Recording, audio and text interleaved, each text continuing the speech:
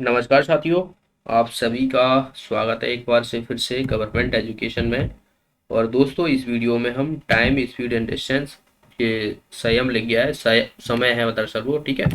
Time speed and distance से question देखने वाले हैं हम। और इसमें मैं जितने भी टाइप हैं जो आपको एमपी हाई कोर्ट में पूछे जा सकते हैं, तो वो मैंने यहाँ पर किए हैं। और अगर आप इन क्वेश्चनों को समझ लेते हो तो आपको वहाँ पर कोई भी दिक्कत नहीं होगी जो एमपी हाईकोर्ट के एग्जाम में अगर टाइम स्पीड एंड डिस्टेंस से क्वेश्चन पूछे जाएं। तो कॉन्सेप्ट पे मेनली फोकस करना। आप कॉन्सेप्ट समझ गए, आप कभी भी कैसा भी क्वेश्चन पूछा जाएगा तो आप जो है वो उसको आसानी से कर पाओगे। ओके।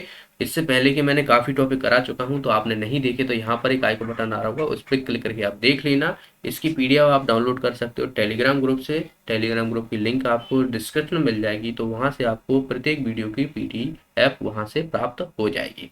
चलिए, तो आज की दोस्तों स्टार्ट करते हैं। पहले तो मैं कुछ चीज़ें आपको बता देता हूँ।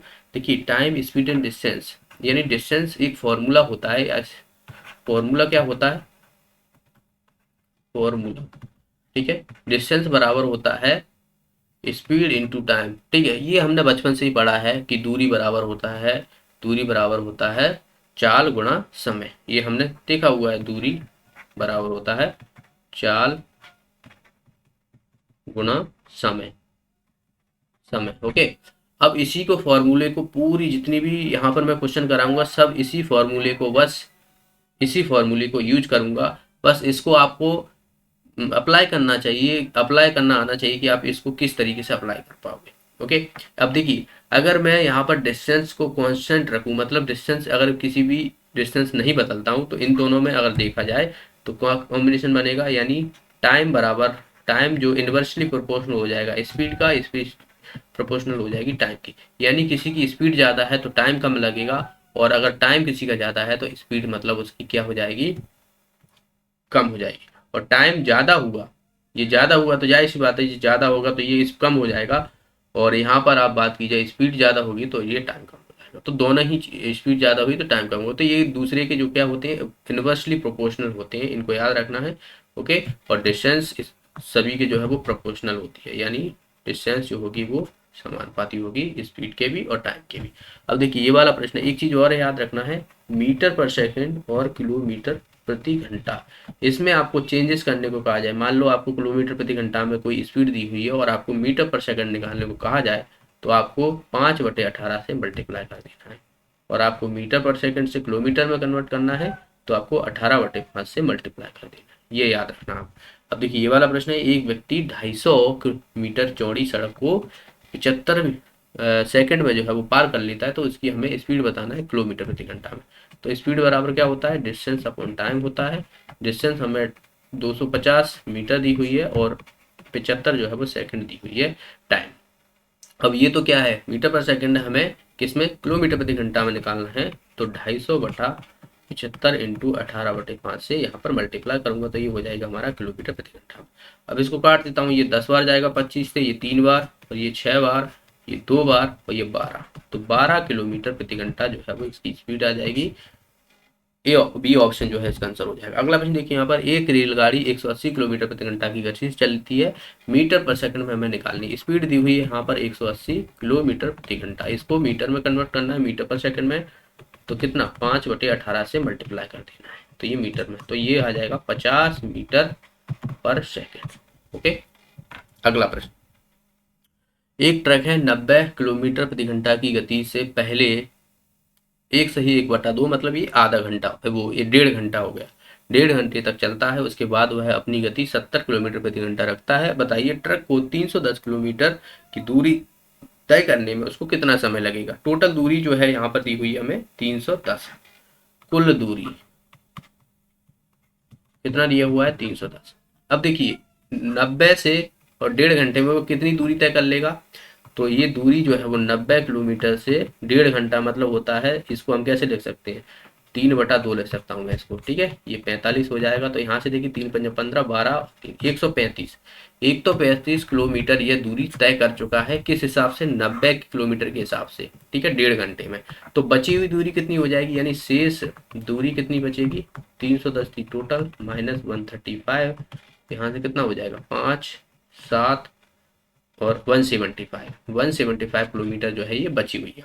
अब इतनी दूरी जो है वो क्या करता है, 70 के हिसाब से चलता है, 70 किलोमीटर की। तो इतना टाइम देख लेते हैं हम कितनी में चलेगी। हम तो टाइम 175/70 के हिसाब से, ठीक है।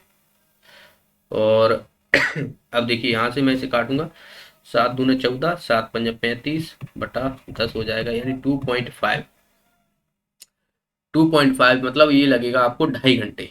2.5 घंटे लगेंगे इतनी दूरी कवर करने में। हमें टोटल निकालना है, देखिए टोटल निकालना है। तो टोटल आपने देखा कि 135 थी, वो कितने के से, डेढ़ डेढ़ के हिसाब से। तो टोटल टाइम कितना हो जाएगा, पहले कितना लिया था 1.5 घंटे, ये 1.5 और प्लस फिर 2.5, तो कितना हो जाएगा ये 0, 3 और 1 4, यानी 4 घंटे जो है वो इसको समय लगेंगे। आंसर आ जाएगा हमारा डी ऑप्शन। नेक्स्ट है यहाँ पर, 100 मीटर लंबी रेलगाड़ी 30 किलोमीटर प्रति घंटा की गति से चल रही है, प्लेटफॉर्म को निकट खड़े व्यक्ति को पार करने में कितना समय, ठीक है। तो प्लेटफॉर्म पर खड़े व्यक्ति के हिसाब से हमें बताना है, ना कि प्लेटफॉर्म के हिसाब से। ओके, तो यहाँ पर हमें टाइम पूछा गया है, तो टाइम बराबर होता है डिस्टेंस अपॉन स्पीड। टाइम देखिए, डिस्टेंस हमारा 100 मीटर है और टाइम हमारा स्पीड कितनी दी हुई है 30। अब ये सेकंड में निकालना है, तो ये 30 किलोमीटर प्रति घंटा है। तो पहले हमें क्या करना पड़ेगा, इसे मीटर पर सेकंड में कन्वर्ट करना है। तो 5/18 से इसमें मल्टीप्लाई करूंगा, तो मीटर पर सेकंड। देखिए मीटर से मीटर कट जाएगा, सेकंड ऊपर पहुंच जाएगा, तो सेकंड में आएगा हमारा आंसर। अब देखिए इसको मैं काटने वाला हूँ, तो यहाँ से देखिए ये तो 100 है, ये 30 नीचे है, इंटू 5, 18 ऊपर पहुंच जाएगा। अब यहाँ से 0 से 0, 3×18, 5×10 यानी 12 सेकंड में यह उस व्यक्ति को पार कर जाएगी। हमारा आंसर आ जाएगा सी ऑप्शन। अगला प्रश्न देखिए, एक रेलगाड़ी 162 मीटर लंबे प्लेटफॉर्म को पार करने में 18 सेकंड तथा 120 मीटर लंबे प्लेटफॉर्म को पार करने में 15 सेकंड का समय लेती है। तो बताइए रेलगाड़ी की लंबाई कितनी होगी। ओके, कभी भी कोई भी ट्रेन है, अगर वो किसी प्लेटफॉर्म को पार करती है, मान लो ये ट्रेन आ रही है, ये प्लेटफॉर्म है, ठीक है, और ये ट्रेन आ रही है, तो जब तक वो पूरी ट्रेन यहाँ से निकल नहीं जाएगी तब तक उसे माना गया नहीं। मतलब हम प्लेटफॉर्म की लंबाई भी और ट्रेन की जो लेंथ है तो उसको भी जोड़ना रहता है, तभी जो है वो पूरा हमें निकले हुए माना जाएगा, ठीक है। ऐसा तो नहीं है कि इंजन निकल गया तो पूरी ट्रेन निकल गई, नहीं निकली, पूरे डब्बे भी तो निकलना चाहिए। तो जब तक पूरी नहीं निकल जाएगी तो टोटल डिस्टेंस इसकी भी ट्रेन की लेनी पड़ती है और प्लेटफॉर्म की भी लेनी पड़ती है, ये हमेशा याद रखना।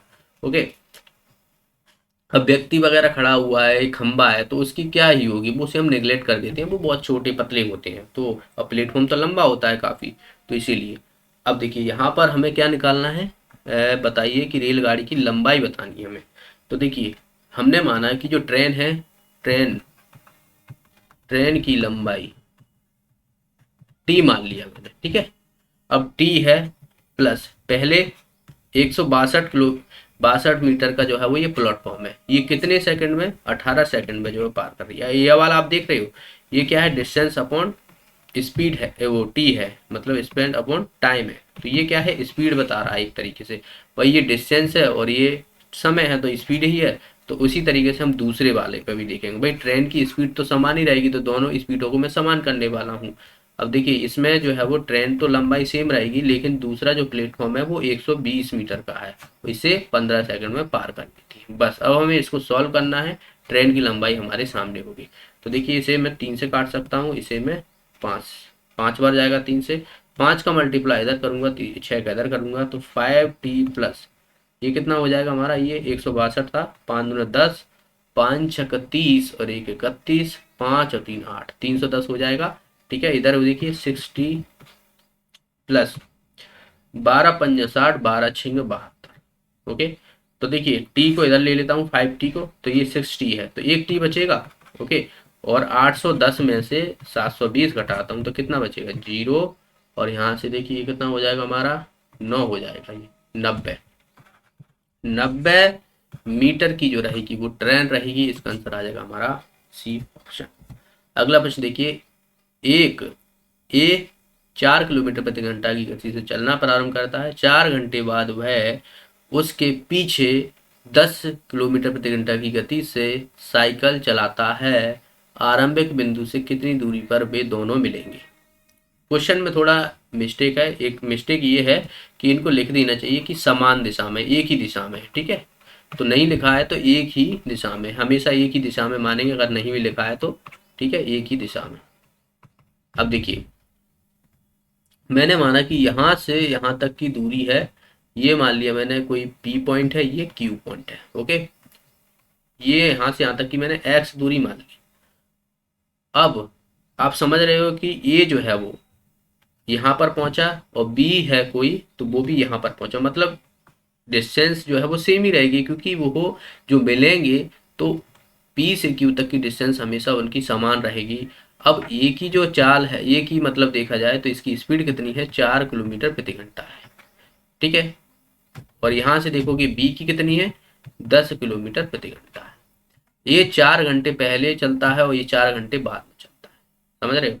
तो मैंने मान लिया कि इसका जो टाइम है स्टार्ट है वो टी मान लिया, और ये 4 घंटे बाद है, मतलब t-4 है।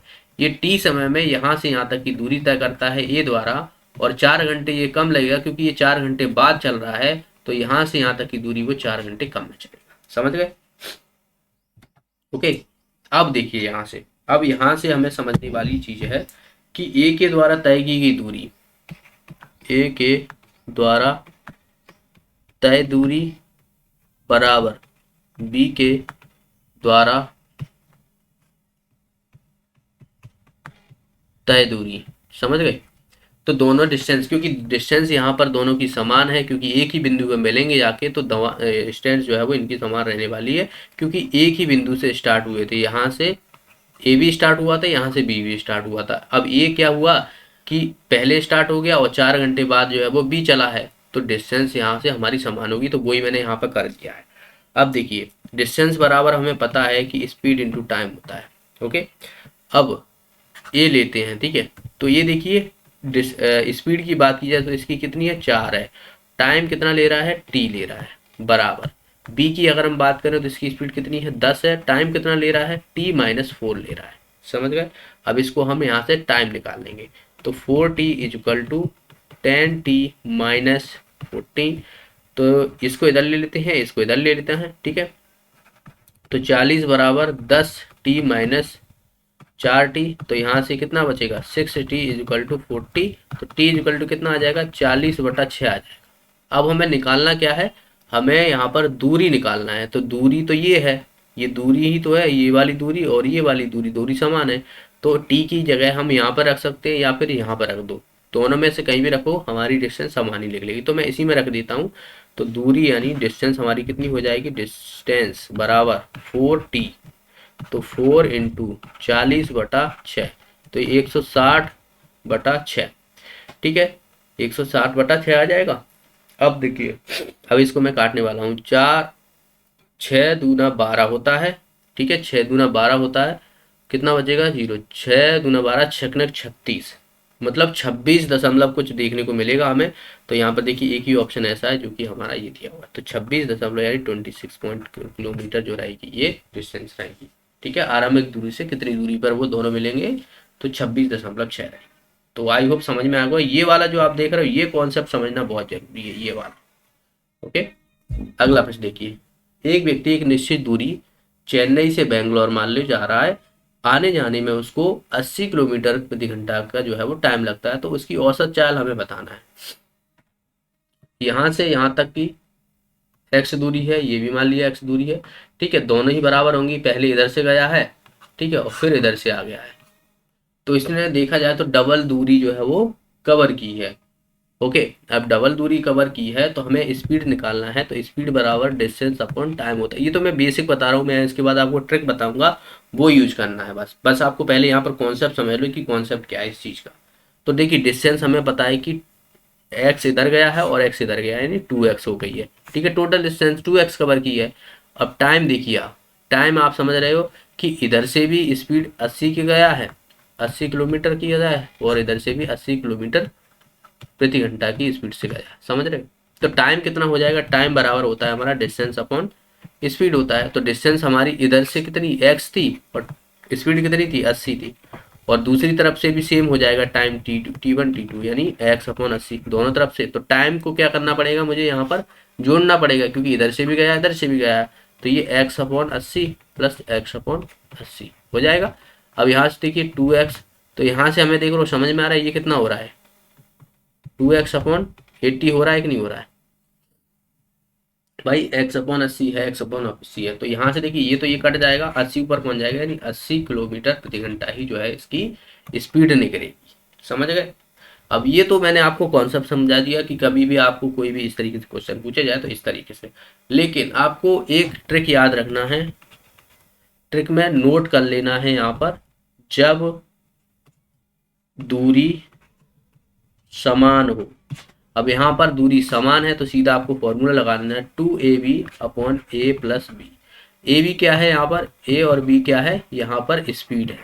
ठीक है, एक तरफ से इधर से स्पीड होगी, दूसरी तरफ से इधर से भी। तो यहाँ पर 80 है दोनों तरफ से ही, तो 2 × 80 × 80 बटा 80 + 80 कितना हो जाएगा, 160 हो जाएगा। तो 0 से 0 8 × 16 यानी देखिए 80 किलोमीटर प्रति घंटा जो है वो ये स्पीड आ जाएगी। समझ गए। तो ये आप ट्रिक याद रखना, आगे चल के आपको याद रखेंगी। बाकी ये कॉन्सेप्ट याद रखना, कॉन्सेप्ट बहुत जरूरी है। अगला प्रश्न देखिए आपको, अगले प्रश्न में देखिए क्या बोला गया है, बहुत ही अच्छा प्रश्न है कि ए तथा बी दोनों स्थान एक दूसरे से 20 किलोमीटर की दूरी पर हैं। ठीक है, तो ए कोई स्थान है और ये बी है, ये ए है और ये बी है। यहाँ से यहाँ तक की दूरी जो है वो 20 किलोमीटर है। दो व्यक्ति क्रमशः ए तथा बी स्थान से एक दूसरे की ओर चलना प्रारंभ करते। कोई व्यक्ति है, मान लो यहाँ पर पी एक कोई व्यक्ति है, ठीक है, ये व्यक्ति है कोई और एक ये वाला व्यक्ति है। ये क्या करते हैं, सुबह 7 बजे से एक दूसरे की तरफ चलना स्टार्ट कर देते हैं। ठीक है, इधर से चल रहा है ये और इधर से चल रहा है। अब इसमें क्या किया है कि जो इसकी स्पीड है वो कितनी है, स्पीड इसकी बात की जाए तो ये 4 किलोमीटर प्रति घंटा है और इसकी है 6 किलोमीटर प्रति घंटा है। ठीक है, तो हमसे पूछा गया है कि ये दोनों बीच में कहाँ मिलेंगे, कितने समय में मिलेंगे, यहाँ पर टाइम दिया हुआ है मेरे साथ। ठीक है, तो देखिए हमें क्या निकालना है, टाइम निकालना है। टाइम बराबर क्या होता है, डिस्टेंस अपॉन स्पीड होता है। अब डिस्टेंस पता है कि 20 किलोमीटर प्रति घंटा है। टाइम देखिए, अब एक दूसरे की तरफ जा रहे हैं तो जाहिर सी बात है जो इनकी स्पीड है वो जुड़ जाएगी, क्योंकि एक दूसरे के अपोजिट है, मतलब एक दूसरे की तरफ जा रहे हैं तो ये भी एक तरीके से लगाएगा, ये भी लगाएगा। आप ऐसा समझ के चलो, आप कोई गाड़ी ढकेलते हो, ठीक है, आप इधर से कोई गाड़ी है, ये कोई कार है, आप इधर से धक्का लगा रहे हो, इधर से धक्का लगा रहे हो, तो क्या होगा, आपका फोर्स तो कम हो जाएगा, क्योंकि इधर से भी कोई धक्का लगा रहा है ना। अगर दोनों तरफ से एक ही तरफ से धक्का लगाओगे तो वो जल्दी चलेगी। तो ये मतलब यहाँ पर आप देख रहे हो कि इधर से अगर कोई व्यक्ति जा रहा है, उधर से जा रहा है, तो दोनों एक दूसरे के जल्दी पहुंच जाओगे। अगर आप एक ही तरफ चलते रहोगे तो आपको जो है वो टाइम लगेगा। तो दोनों सिंपल सा है, आप इतना याद रखो कि जब भी वह एक दूसरे के ओर जा रहे हो तो वहां पर स्पीड जुड़ जाती है। ओके, कभी भी दो ट्रेनें एक दूसरे की तरफ आ रही है तो जाहिर सी बात है वो जल्दी एक दूसरे की तरफ पहुंच जाएंगी। तो वही हमें, अब दोनों की स्पीड मैं यहाँ पे जोड़ दूंगा। ठीक है, तो 4 + 6 यानी आप देखिए 20/10 हो जाएगा और ये कितना हो जाएगा, 2 घंटे। ठीक है, 2 घंटे, मतलब 2 घंटे में ये एक दूसरे से मिल जाएंगे। भाई शुरुआत कहाँ से हुई थी, 7 से हुई थी, तो 7 और प्लस 2 घंटे आपको और जोड़ना है इसमें, तो कितना हो जाएगा, 9 बजे। 9 बजे जो है वो ये मिल जाएंगे। आंसर आ जाएगा सी ऑप्शन। अगला, दो समान लंबाई की ट्रेन समांतर पटरियों पर एक दिशा में चल रही है, एक ही दिशा में है। ठीक है, 40 और 36 किलोमीटर की गति से चल रही है। अभी एक दूसरे को 36 सेकंड में पार कर सकती है।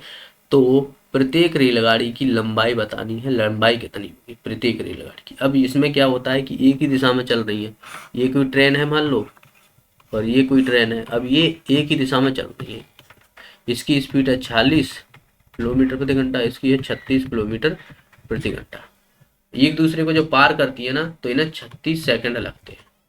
ठीक है, तो हमें यहाँ पर बतानी है कि रेलगाड़ी की लंबाई कितनी है। रेलगाड़ी की लंबाई यानी आप समझ रहे हैं यहाँ पर दो समान है, तो जाहिर सी बात है T1 और T2 दोनों की समान लंबाई, मतलब x इसकी होगी x इसकी होगी। ठीक है, अब आप देखिए, अब हमारी दोनों की लंबाई कितनी, T1 + T2 अपॉन में एक दूसरे पे क्या है, समान दिशा में है, तो समान दिशा में क्या हो जाएगा, इनकी चाल घट जाएगी। तो 46 माइनस 36, ये कितने सेकंड में, 36 सेकंड में। अब ये सेकंड है, ये बात की जाए किलोमीटर प्रति घंटा है, तो यहाँ पर देखिए मीटर दिया हुआ है, तो सबसे पहले हमें इनको क्या करना रहेगा, मीटर पर सेकंड में कन्वर्ट कर लेते हैं, इसको 5/18 से मल्टीप्लाई कर देते हैं। ठीक है, तो ये तो हो जाएगा 2t थी, क्योंकि दोनों को एक्स एक्स रखोगे तो ये कितना हो जाएगा, 2x हो जाएगा, और नीचे कितना हो जाएगा, 10 गुणा 5/18 बराबर 36 हो जाएगा। 18 ऊपर पहुंचेगा तो यहाँ से हटा के मैं ऊपर लिख रहा हूँ। ठीक है, 18 दूना 36 हो जाएगा, 2 से ये कट जाएगा, 50, एक्स इज इक्वल टू कितना आ जाएगा, 50 मीटर। तो हमारा आंसर आ जाएगा इसका ये ऑप्शन। नेक्स्ट प्रश्न देखिए यहाँ पर, नेक्स्ट में क्या बोला गया है कि राज और प्रेम विपरीत दिशा में 3 किलोमीटर प्रति घंटा और 2 किलोमीटर प्रति घंटा की गति से चल रहे हैं। 2 घंटे के पश्चात वह एक दूसरे से कितनी दूरी पर होंगे। 2 घंटों के पश्चात ये पूछा गया है हमें। देखिए ये इधर से जा रहा है, ये इधर से जा रहा है, ये राम है और ये कौन है, प्रेम है। इसकी स्पीड 3 है किलोमीटर प्रति घंटा, इसकी है 2 किलोमीटर प्रति घंटा। ओके, 2 घंटे पश्चात मतलब आप समझ रहे हैं 2 घंटे पश्चात। अब 2 घंटे में ये कितनी दूरी कवर कर लेगा, 2 घंटे में ये कर लेगा 6, और 2 घंटे में कितना कर लेगा, 4 कर लेगा। दोनों की डिस्टेंस कितनी हो जाएगी, 6 हो जाएगी, नहीं हो जाएगी, यानी हमारा आंसर 10 हो जाएगी, यानी हमारा आंसर आ जाएगा 10 किलोमीटर। ये तो आसान सा था, सीधा सीधा सा आपको निकालना था। ओके, या फिर आप ऐसा भी समझ सकते थे, स्पीड इनटू टाइम, दोनों एक दूसरे के विपरीत आ रहे हैं तो दोनों की स्पीड जोड़ लो, और टाइम हमारा देखिए 2 घंटे लग रहे हैं, तो यहाँ से देखिए 5 × 2 यानी 10 किलोमीटर। तो ऐसे भी आप निकाल सकते हो, ऐसे भी निकाल सकते थे। ओके, अगला प्रश्न देखिए, एक व्यक्ति है, कुल अपनी यात्रा के आधे भाग को 6 घंटे में और शेष भाग को 3 घंटे में तय करता है, तो इसकी औसत चाली। अब देखिए आधे भाग को और आधा भाग, मतलब आधा आधा भाग चल रहा है, तो जाहिर सी बात है इनकी क्या है, डिस्टेंस जो है वो समान है, समान। तो हम सीधा सीधा फॉर्मूला लगाएंगे 2ab/a + b। ओके, तो यहाँ से देखिए 2 × 6 × 3 बटा 6 × 3, यानी आप देखोगे कितना हो जाएगा, 2 × 6 × 3/9। तो 3 से गया 3 गुना, यानी 4 किलोमीटर प्रति घंटा आंसर आ जाएगा, सी ऑप्शन इसका आंसर। अगला प्रश्न देखिए, एक व्यक्ति 2.5 घंटे में यानी 2.5 घंटे में 20 किलोमीटर की दूरी तय करता सकता है। यदि वह अपनी गति को दोगुना कर दे तो वह 32 किलोमीटर की दूरी कितने समय में तय कर लेगा। तो सबसे पहले हमें व्यक्ति की स्पीड पता होना चाहिए। अब स्पीड पता पड़ जाएगी, उसके बाद हम उस स्पीड को दोगुना कर देंगे, और दोगुने करने के बाद में 32 किलोमीटर को वो कितने समय में तय कर लेगी वो हमें बताना होगा सीधा सीधा। तो देखिए स्पीड व्यक्ति की चाल, स्पीड बराबर होता है क्या, डिस्टेंस, स्पीड बराबर होता है डिस्टेंस अपॉन टाइम। ठीक है, डिस्टेंस हमारी कितनी है देखिए 20, टाइम हमें कितना ले रहा है 2.5, तो यहाँ से दशमलव से हटाऊंगा, 200/25 हो जाएगा, 25 चौक 100, 25 अट्टा 200, तो 8 किलोमीटर प्रति घंटा जो रहेगी वो इसकी स्पीड आ जाएगी। अब क्या बोला गया कि अपनी गति को दुगना कर देना है, तो इसका दुगना कितना हो जाएगा, तो स्पीड का क्या करना रहेगा, दुगना करना है, तो ये कुछ 16 किलोमीटर प्रति घंटा हो जाएगी। अब बोला गया कि 32 किलोमीटर की दूरी कितने समय में कर देगी, तो टाइम बराबर होता है डिस्टेंस अपॉन स्पीड। तो डिस्टेंस तो 32 है और स्पीड हमारी कितनी होगी, अब 16 हो गई, तो 16 यानी 2 घंटे में जो है ये कवर कर लेगी। आंसर आ जाएगा फर्स्ट ऑप्शन। अगला प्रश्न देखिए, एक निश्चित यात्रा को तय करने में ए तथा बी की गतियों का अनुपात 3:4 है। ये गत्यंतर तक पहुंचने में बी से 30 मिनट अधिक लेता है, तो बताइए ए द्वारा लिया गया समय कितना है। ए अनुपात बी, इनकी जो क्या है ये गतियां है, मतलब स्पीड का रेशियो दिया हुआ है कितना, 3:4 है। मैंने एक चीज आपको बताई थी कि टाइम प्रोपोर्शनली होता है स्पीड के और इनवर्सली प्रोपोर्शनल होता है टाइम के। ठीक है, टाइम इनवर्सली प्रोपोर्शनल होता है स्पीड के और स्पीड भी इनवर्सली प्रोपोर्शनल होता है टाइम के। यानी अगर ये स्पीड दी हुई है तो इसका उल्टा क्या हो जाएगा, टाइम हो जाएगा। तो टाइम हमारा क्या हो जाएगा, इनको उलट दोगे, यानी यहाँ से बात की जाए तो 4:3 हो जाएगा। अब हमें क्या बोला गया कि ए और बी एक अत्यंत तक पहुंचने में 20 से 30 मिनट अधिक लेता है। अब ये दोनों का टाइम दिया हुआ, तो यहाँ पर देखिए डिफरेंस कितना है, 1 है। तो 1 का जो अधिक ले रहा है मतलब 1 यूनिट की वैल्यू यहाँ से 30 मिनट के बराबर है। 30 मिनट के बराबर है। हमें निकालना क्या है कि बताइए ए द्वारा लिया गया समय। तो ए द्वारा तो 4 ले रहे हैं, तो 1 यूनिट की वैल्यू 30 मिनट है। तो 4 यूनिट की वैल्यू कितनी हो जाएगी, 4 1 इंटू 30 इंटू 4। यहाँ पर मिनट है, तो मिनट को हमें घंटे में कन्वर्ट करना है, तो 60 से मैं डिवाइड करूँगा, तो ये क्या हो जाएगा, घंटे। तो बस इसको हम सॉल्व कर लेंगे। देखिए ये 2 बार जाएगा, तो ये 2 बार जाएगा, तो ये 2 घंटे जो है वो समय लेगा। आंसर आ जाएगा, देखिए हमारा सी ऑप्शन जो है इसका आंसर हो जाएगा। ओके, तो ये थे आज के प्रश्न। आई होप जितने भी मैंने क्वेश्चन आपको समझाए हैं, आई होप समझ में आ गए होंगे। फिर भी आपका कोई भी डाउट है तो आप मुझसे कमेंट बॉक्स में पूछ सकते हो। और आप लोग क्वेश्चन की प्रैक्टिस कीजिए। कट ऑफ थोड़ा हाई जाएगा, क्योंकि जाहिर सी बात है दोनों लोग फॉर्म भरेंगे, तो अपनी प्रिपरेशन को थोड़ा और अच्छे से बढ़ाइए। वैसे तो मैं ऑल ओवर जो क्वेश्चन यहाँ पर करा रहा हूँ उतना ही आप कर लोगे, तो आपको कोई भी दिक्कत नहीं होगी। बस आपके ऊपर डिपेंड करता है कि आप कितने क्वेश्चनों की जो है वो प्रैक्टिस करते हो। हर एक टॉपिक से आप करीब से 50 से 100 क्वेश्चन प्रैक्टिस कर लो अच्छे से। उन्हीं को कर लेना है, उन्हीं से क्वेश्चन आपसे पूछ ले जाएंगे और आगे आपसे कहीं से नहीं पूछा जाएगा। ओके, तो मिलते हैं नेक्स्ट क्लास में। तब तक के लिए बहुत बहुत धन्यवाद। अभी तक वीडियो को लाइक नहीं किया तो प्लीज़ लाइक कर दीजिएगा, शेयर कर दीजिए अपने फ्रेंडों के साथ, और चैनल को सब्सक्राइब जरूर कर लीजिएगा। मिलते हैं, बहुत बहुत धन्यवाद।